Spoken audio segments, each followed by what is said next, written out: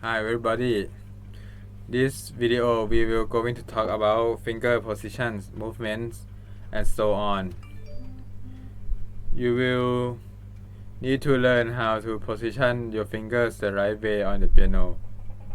First, relax your fingers and place your hand on some flat surface so that your fingertips rest on it, like this.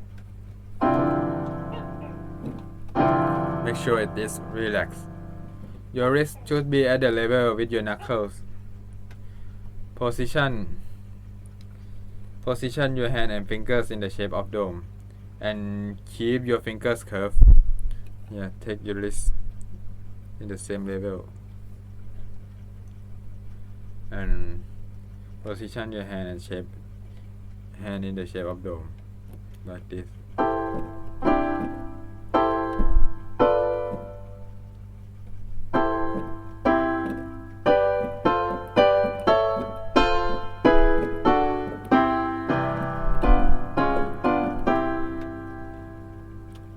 And keep your fingers curved. Don't make it flat.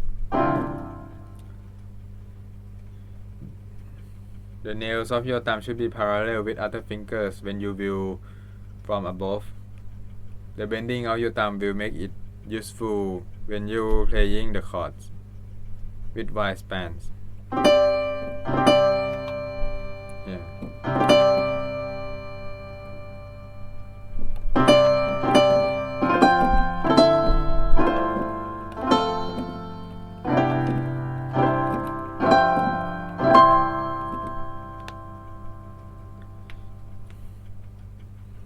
This will prevent you from hitting adjacent key.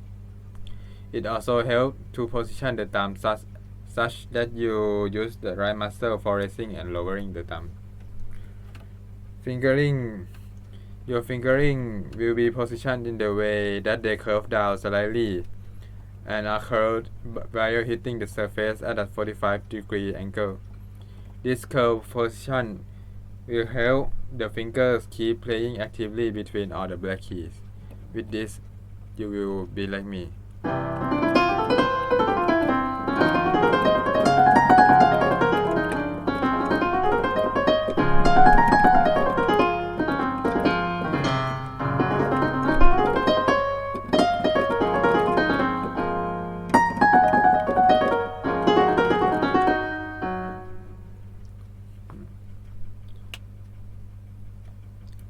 If you, with the tip of your thumb and the fingertips form a semicircle, if you do this with your both hands side by side, both the thumbnails will face each other when you play the piano. Make sure you use only the part of the thumb that is right beneath the thumbnails and not the joint that is between the middle and the nail flanks. If you play with the tips of your thumbs, it helps to ensure optimal uniformity. Since it is already quite short, the phalanx is close to the fingertips of your other fingers. The front pad of your fingertips should be hitting the key. Because the flesh is much thicker than the fingertips, you should use this part and play like this.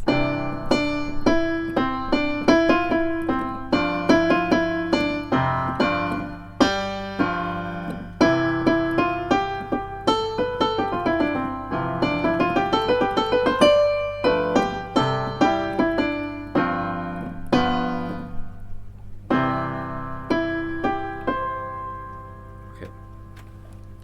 The distance from the piano and the bench height. The bench height for every piano player will determine according to what suits themselves the best. Each piano player don't have the same height. They should be determined by themselves. But make sure the elbow should be by your side, like this. It will make you play freely when you play the piano. When you move like this, it will have no problem when you move along the piano.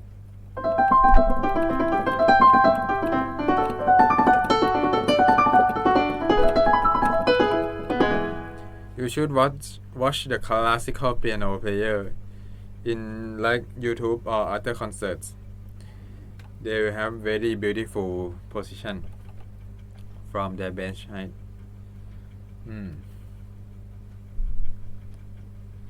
The distance between your bench and or yourself and the piano should be enough to allow your elbows to miss your body slightly. For me, it's like one ruler for about 30 centimeters from the pianos, and I will move freely.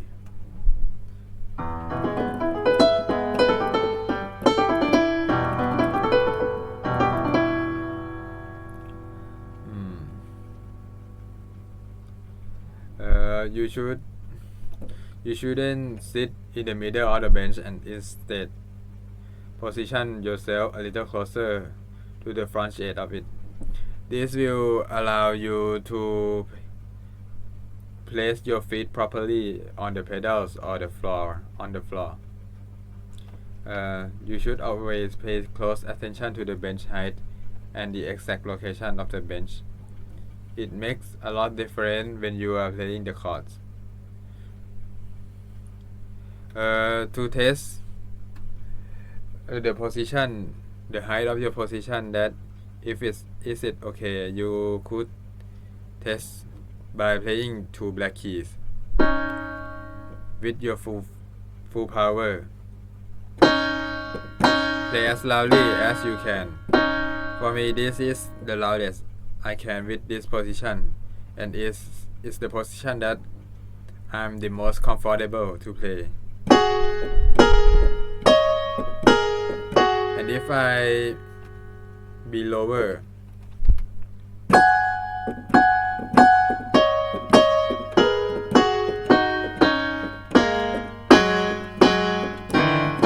or higher,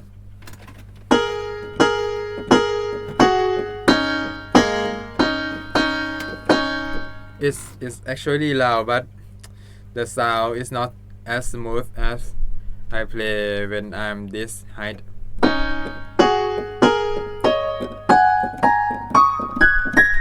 You should try determine by yourself. Just take time. It needs to take time to play piano, very long time, to study yourself. And if you want to be an ace at playing piano, you have to master various hand developments. Some of the fundamentals ones that you have to remember are pronation and supination, thrust and pull, flick and wrist, claw and throw movements. These are joined into compounds on most occasions. This usually comes as 2 by 2. For the development of fingers, you have to develop muscles in upper half of body. Pronation and supination. Your hands can revolve around the pivots of your lower arms. Pronation is the interior pivot, and supination is the exterior revolution. In pronation, the flicking fingers descends, while in supination, the thumb goes upward. Like this. The thumbs go upward. These two movements are significant in various instances, like while you play the octave tremolo.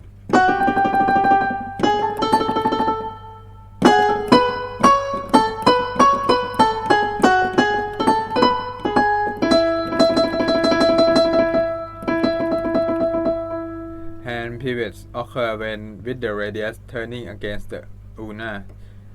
A good way to carry out the flicking finger is speedy pronation. If you want to play the octave tremolo, The flick finger movement is simple, but the little finger has to be moved quite quickly. You have to blend some developments for this. The octave tremolo can be played if you move your little finger with your upper arm.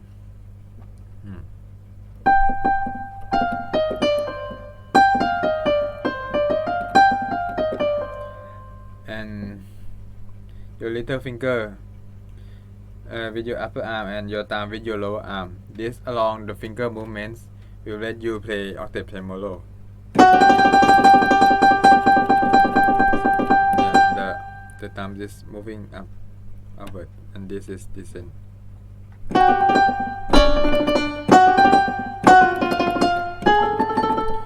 You need to practice. Thrust and pull. In some other words, thrust is a force or pushing motion. While playing the piano, it is driving movement that is accompanied by a little clamping wrist. It is used in playing harmonies. The movement is a comparative one way from the floorboard. In such movements, the vector section that goes down may be smaller or greater than complete movement, while taking some silent control into account. Pushing is one of the main reasons for the bent finger position. The force helps you to create softer and smoother submission. You should try it like this. Use your body and give the smooth and soft sound.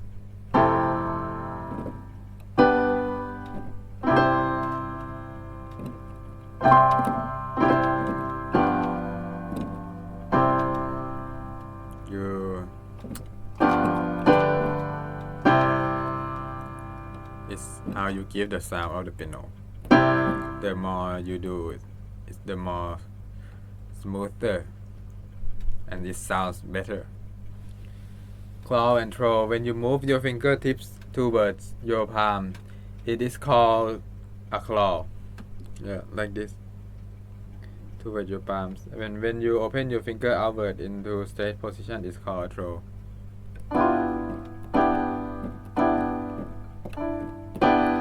A lot of beginners can grasp this concept and randomly move their fingers just like the push and pull movement.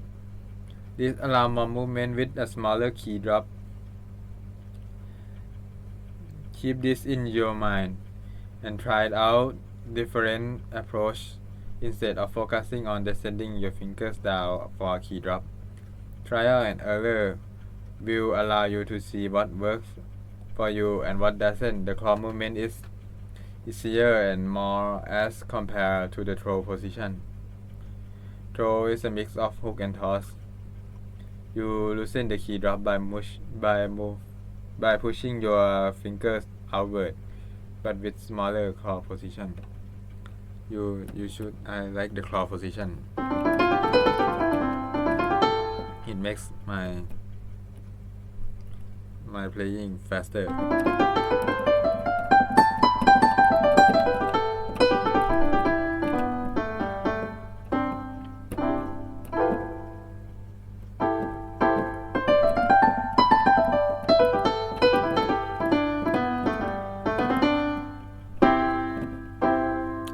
You should just need to try. Flick. One of the most useful movements in playing the piano is the flick. It is a mix of pronation and supination or the invert.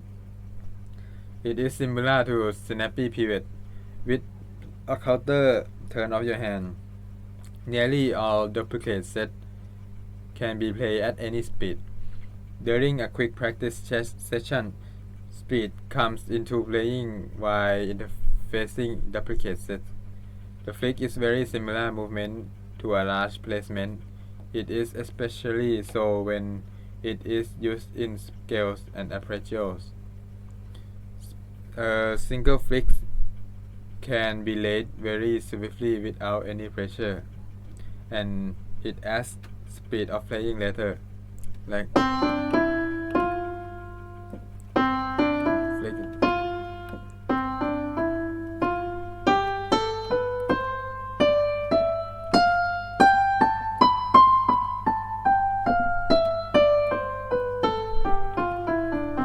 like classical piano player.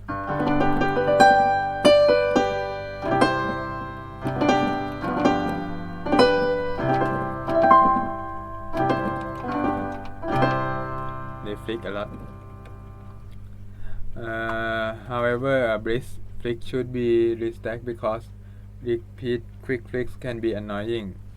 Flicks can also be used in playing combination and then restack while playing a parallel set. Movements like the flick do not have to be very big and are usually quite small. This is why they are not always considered a genuine movement and instead are more linked to energy. You should watch how the classical player play the piano. You will see how they flick.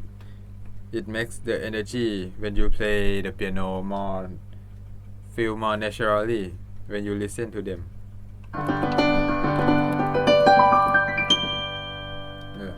When you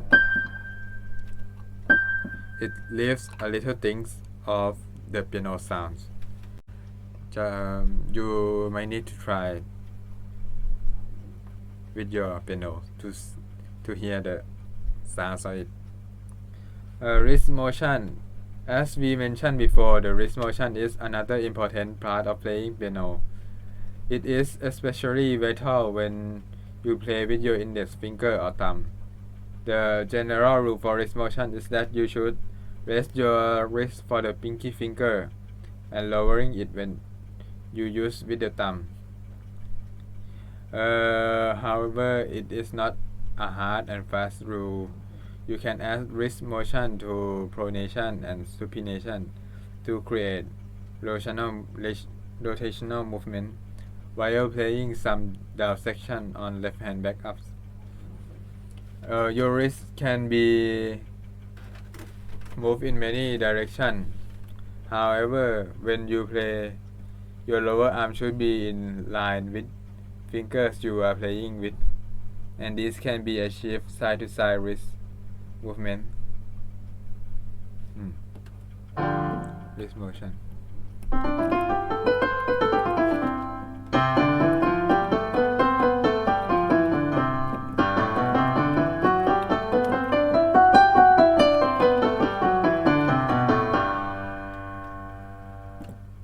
I'm using my wrist motion. It allows minimal horizontal weight on ligaments that are moving fingers and thus reduce the chance of injury such as carpal tunnel syndrome if you end up playing or always composing with a sideways position wrist. You shouldn't play like this. This will make your hand injured and it damages your hand. It will make your piano playing very bad.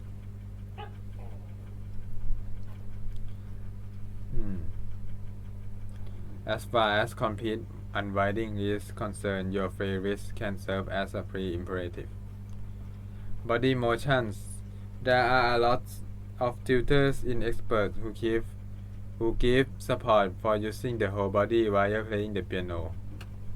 However, there have been questions about what this means.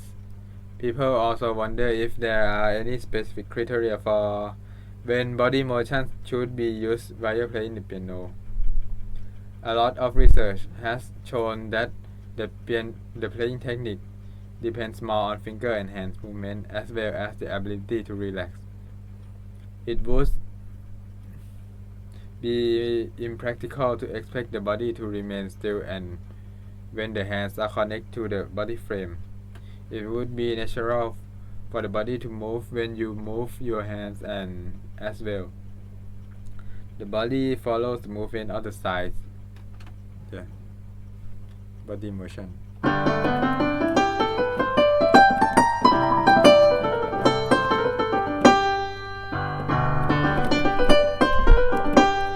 This you should watch like jazz piano player.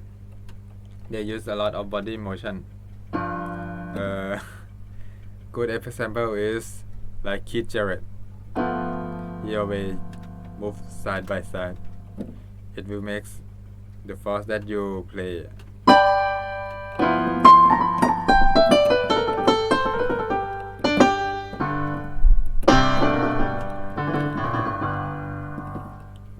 It will sound more smooth and more colorful. I would love the sounds with energy if you use body and body motion. I use a lot too.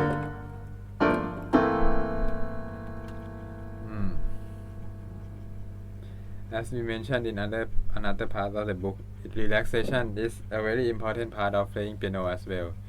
It is also important in mastering hand and finger movements, since a lot of muscles are involved in this. Even though most of body movements can be controlled naturally, it is important to give it significance when it comes to piano playing. Some movements are quite obvious, while some are not as obvious as the other. Remember that relaxation also involves breathing freely if tension in the body.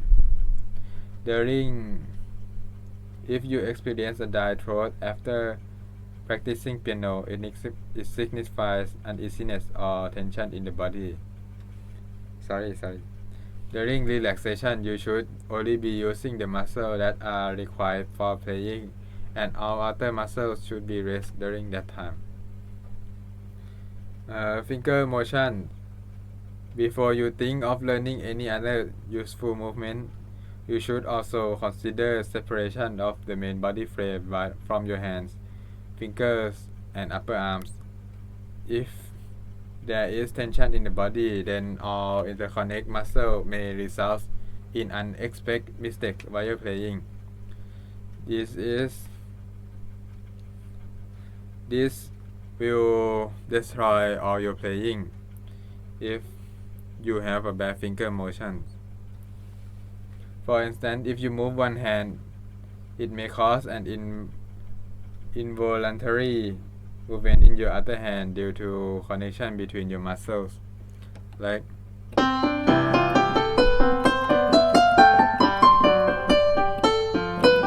you cannot control your finger motion. This is because your hands is not strong enough.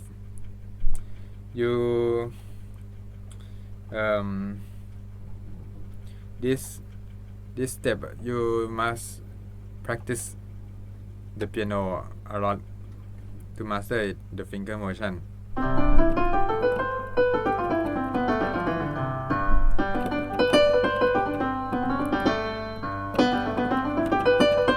To make your hand move freely like your brain wants.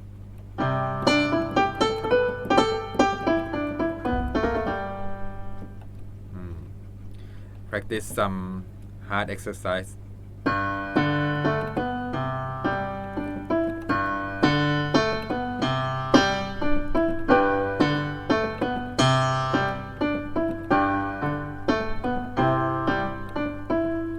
Do this a lot.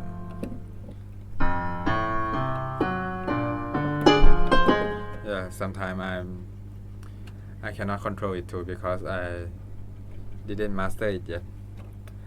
The human brain is quite complicated and advanced, so it easily allows us to understand what deparing means.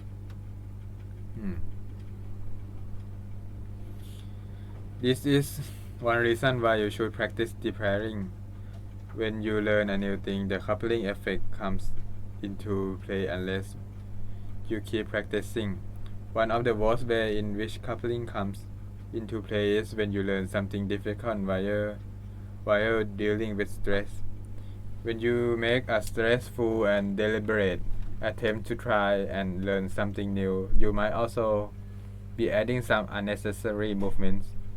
This happens quite a lot during practice, and eventually it will cause interference when you playing later. It will affect your ability to master the art of playing when you playing the piano, and also affect your speed.